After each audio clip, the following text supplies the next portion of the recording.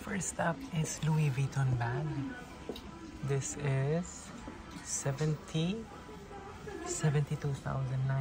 yen. The quality is very prestige. Walang gas-gas. Kahit sa handle, may stain lang siya. Ayan. Pero, oh, bongga pa din.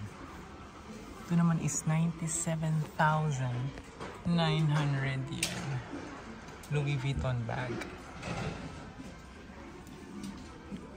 Tapos sa baba, Louis Vuitton din.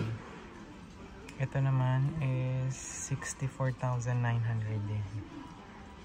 Diba? Ito naman, 109,900 yen.